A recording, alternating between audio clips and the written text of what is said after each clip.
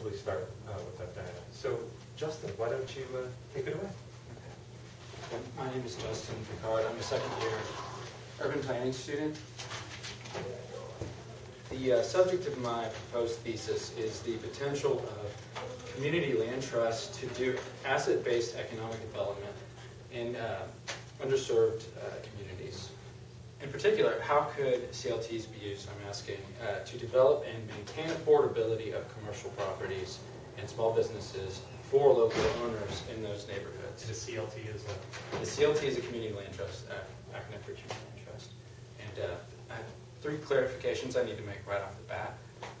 When I'm talking about underserved communities, I'm talking about commercially and retail underserved, and that's going to pretty much mirror, low-income communities, because normal economic development is done where they look at, spending power and all that kind of stuff. So when it's underserved, that's what I'm talking about.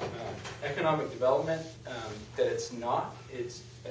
not talking about economic development to bring in large industrial development or attraction of large out-of-state firms. And then asset-based, Matt mentioned this, but starting with the assets of the community rather than the problems. And to kind of flesh this out a little bit, just give a couple personal anecdotes. I have a kid I know, his name is Chase. He and his brothers and his cousins are involved in gang stuff. He was walking down the street, and a local shop owner, along with a girl and a guy, a local shop owner, thought he recognized him as a thief from his store, and he may have been, and pulled out a rifle and shot him 4 times. And he pulled through, and he was like working with me on my house later. He's, I don't know, just like doesn't seem to have any effects from it. You can focus on the problems of a kid like that in this underserved community, but then he's also, he cuts hair. Now he's 18 or something. Cuts all his neighbors, friends, people's hair. And you can look at, like, there's an asset, and how do you do economic development that takes that to the next level? And then kind of, that's an extreme example. On the other side is someone like my friend Josh, who grew up in that community, one of 13 kids with single mom.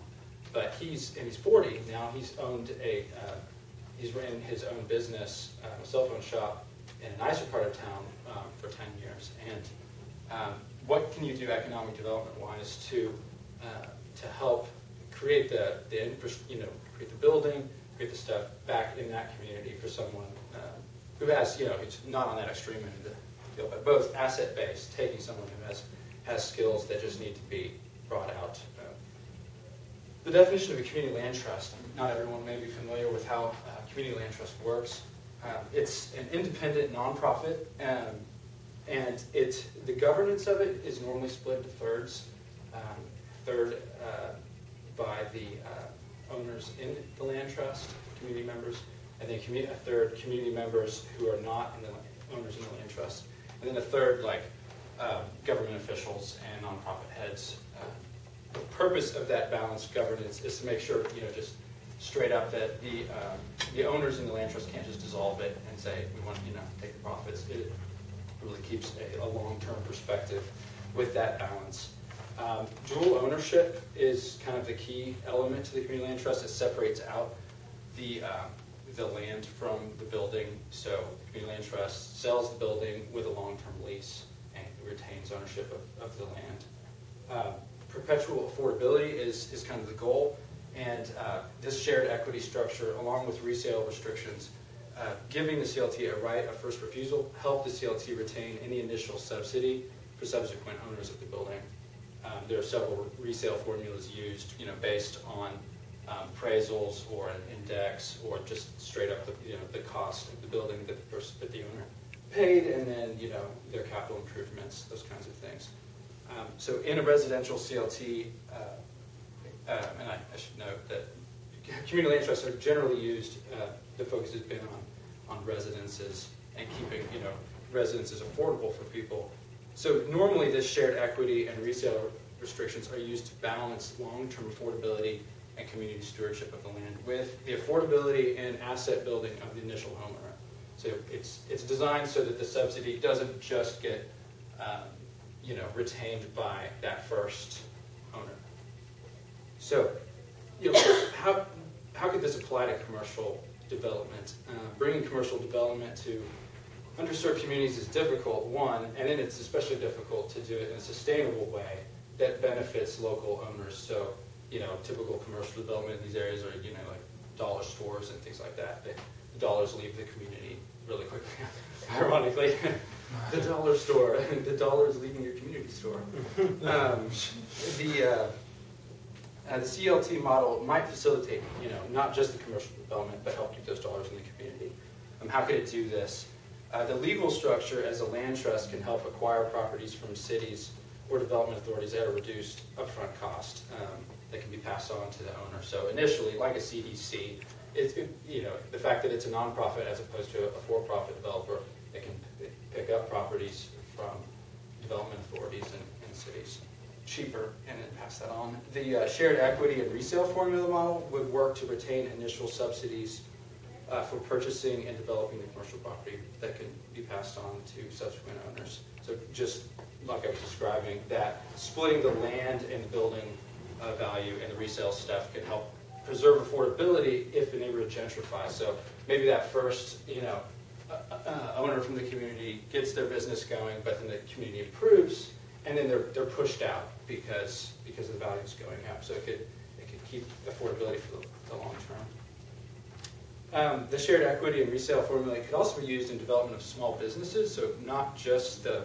physical building, but the actual small business development, similar to like venture capitalism or venture philanthropy, where the losses in some of the small business could be used to offset or the successes in some offset the losses in the others. When a small business is sold, the model would be used to balance the owner's profit in the sale of that building or the business with retaining subsidies for owners down the line. Again, like is done with the residential. So the field of knowledge, where this is at the moment, is there have been a lot of studies done on community land trusts and how they work, how evaluating them and that kind of stuff in terms of residential. On the commercial side, there have only been a couple short informal studies of it and focused on commercial and business development. And they include some brief interviews, surveys, and they're basically, from what I have seen, two trajectories on this issue. You have the CLT is competent at doing residential, and they've backed into commercial development. I was talking to John Davis, who edited the Community Land Trust Reader and has written the most books on it yesterday, and he was describing that in Burlington, that the little bit they've done was just because social services came and approached them and said, hey, can you build us these offices, or they've got a building with a down store, first floor retail, and then kind of back into it. The other trajectory, it would be from like municipal economic development corporations or CDCs or business incubators who have competency in economic development but haven't looked at the CLT model to see how that would work for the work they do. So those are the two trajectories I see that are relevant. My methodology at tackling this will be to combine a theoretical framework with a qualitative study. The theoretical framework will result in hypotheses that I can test against two types of case studies. And these two types of case studies will follow those two trajectories. One, just studying the CLTs that have done some commercial development, analyzing them against the hypotheses. And then case studies of commercial development done by the municipal development corporations, CDCs, or business incubators that did not utilize the CLT structure, and looking at how they would have been advantaged by using it, if that's true. So my hope is this methodology will reveal how they can be utilized to bring economic, commercial development to underserved communities, and will result in recommendations for CLTs. And I'm thinking especially municipal economic development corporations, so coming up with some proposals and just best practices that they could utilize. Thanks, Justin. Thank you for sparing our retinas. Diana? So I think this is really fascinating, and I'm all about bringing the asset-based discussion into this environment. I think it's really important. My question is, are you interested in studying whether or not CLTs can provide economic development foundations, or how they provide economic development foundations? Do you have an idea about which it is? It's kind of based on what's out there. So to the extent that it is there, it would be looking at how they do it. And to the extent it's not there, and is the extent, I was talking to John Davis yesterday, he's like, this may be a project because it's new. There are increasing numbers of them looking at doing it. They're like, there's one in New Orleans, one in Japantown, but it's like that are going to focus primarily on commercial Japan. Yeah, down in San Francisco, but they haven't really done it. It's in the conceptual stage, so it's leaning more towards the theoretical. But if I get into those case studies and I'm like, wow, these ones that have done commercial have actually done more than I thought. And there's a lot of material there that I can learn from. Yeah. So I think it's kind of like Alex is here now, but when you're studying something that's about to happen or something that's new, instead of evaluating something that's been going on for a long time, you have a different set of questions and methods that you need to think about. We talked about this a little bit last spring, but I would just encourage you to really keep that in mind, because it's a really different question from these people who've been studying the CLTs that have been around for 20 years for residential or whatever. Right. So I just think, I don't have anything specific to say, but I think it's important to the whether versus how, and the sort of maybe find other kinds of studies of other sorts of innovations that have been done sort of at the inception phase, and sort of take a look at what what the metrics are, what it is that you look at, who you talk to, and what, just like basic method stuff about how you do a good study of a project before or as it's being implemented, as opposed to in retrospect. It seems like it would be challenging, but awesome, really important. But isn't part of the premise that the difference between commercial and residential is a difference of degree, not kind? And so it's precisely because it's been successful in parameters, it's based on comparability. So I don't know, I would hesitate on looking at it completely as novelty. So you can't chalk out the entire history of that reason. I'm not totally just making it up. Yeah. Right. Like what things will, definitely apply more from what they have done. Right. Yeah. Right. So on that, in what way has the mortgage boom and bust in these areas, how has that affected the environment within which these CLTs operate at all? And has that, looking at that timeline, given that the recent timeline, recent as in 10, 15 years, has been the context of a kind of, long-term bubble, that I think is part of there's been a phase shift between then and now, right? So applying the lessons from that long structural bubble to a post-bubble scenario, to a crash, right? Attending to that context, I think, might be important when comparing, because I think there is a difference in degree, not kind of rather than commercial, but there's a massive degree in environment, in the financial environment, in the kind of local economic environment, in the immediate mortgage environment. That might, taking that into account might be important. Yeah, and I've read a really interesting article evaluating how well communal interest, weathered the mortgage crisis. Right. And it was, they did quite well. Right. Because of the protections built in there. There you go. So that's a huge case for it. Yeah. Well, please speak to this. And then we'll go. Two comments. One, I guess three. One is when you say, can we trust more? What's the criteria to gain your trust? Is it effectiveness, or is it equality here we're talking about? Yeah. I think you need to kind of it's more a play on words. Yeah, I meant kind of like creating more, land trusts or space for land trusts. Okay.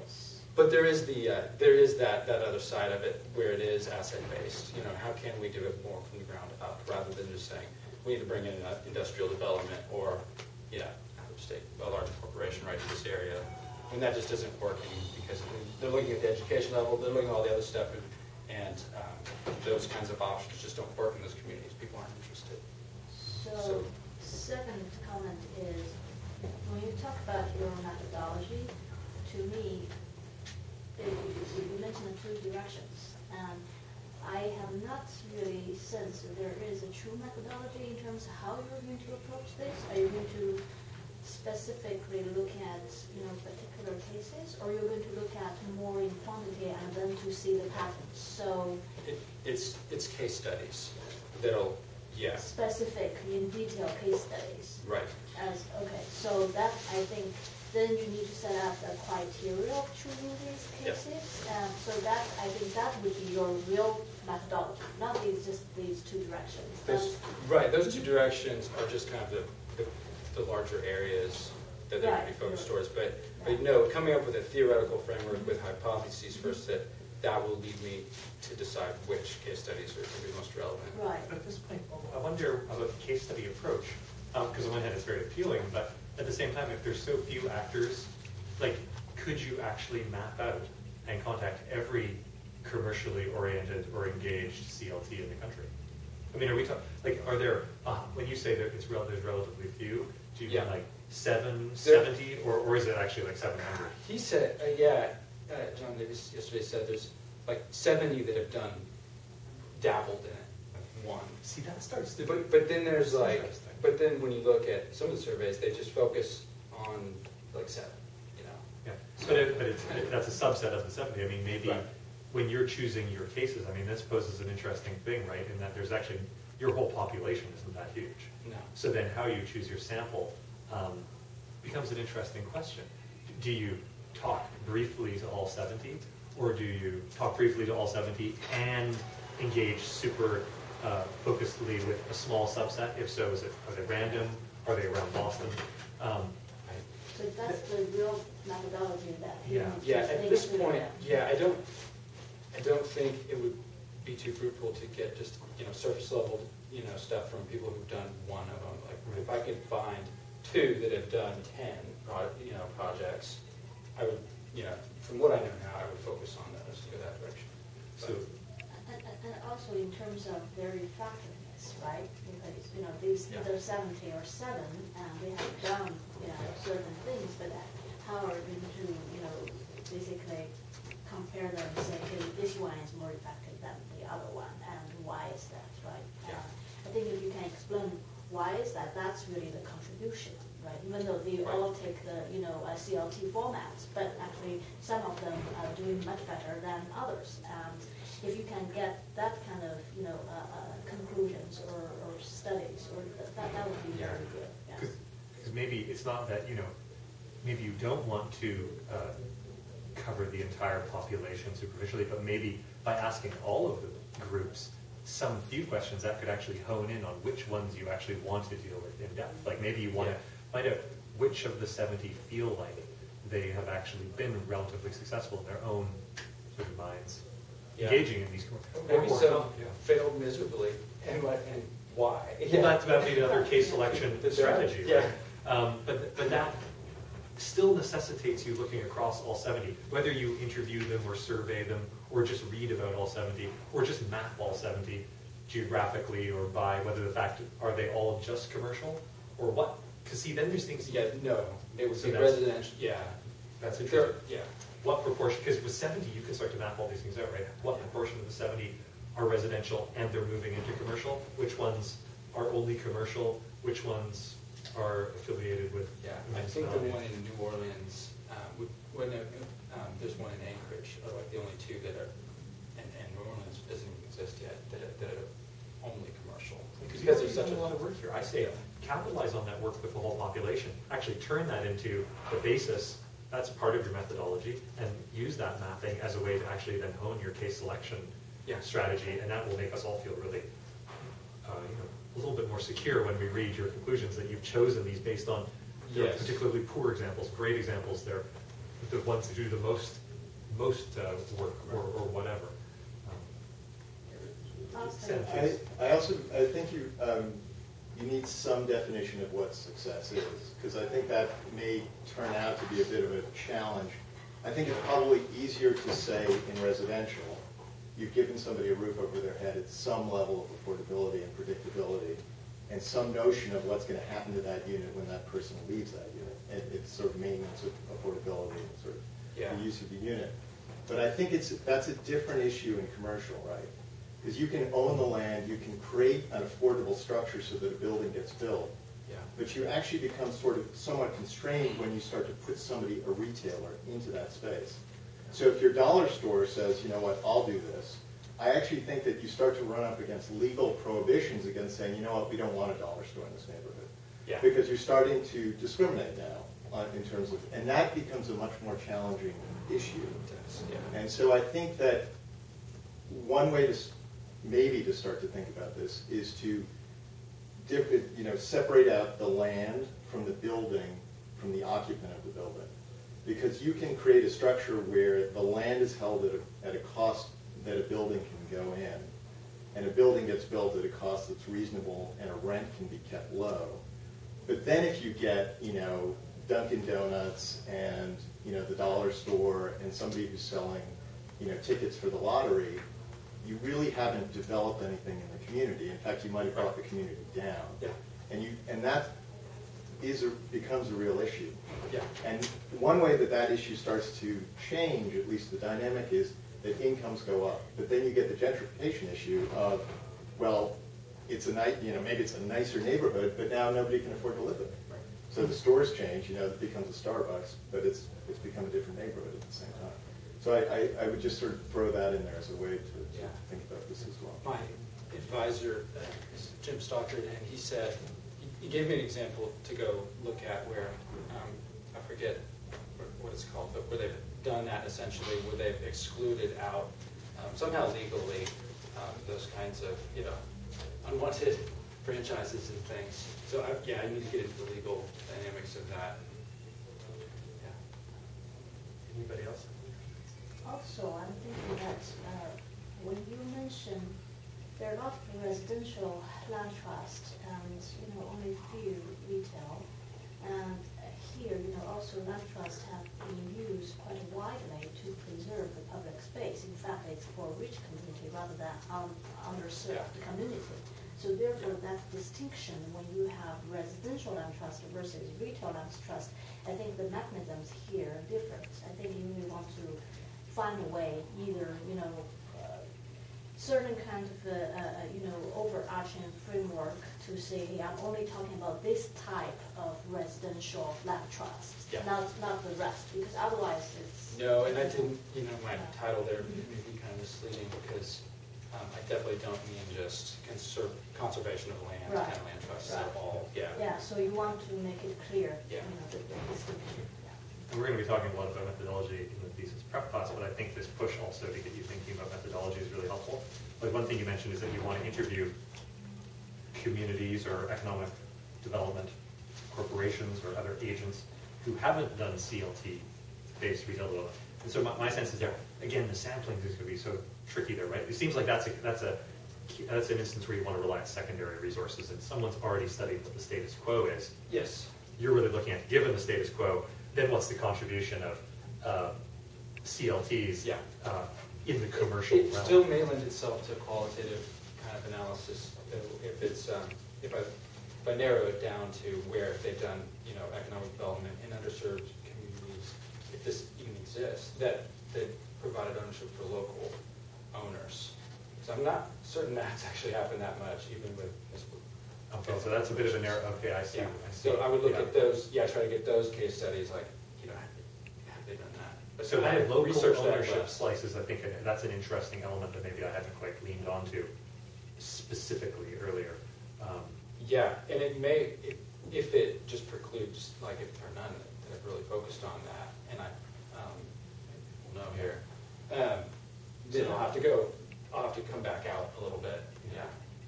Yeah, so establishing very clearly what the counterfactual or others like the status quo is in this field and how you believe that CLTs can contribute.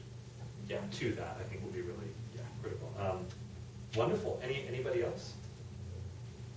Thanks very much, Justin. And Edward Tufte would be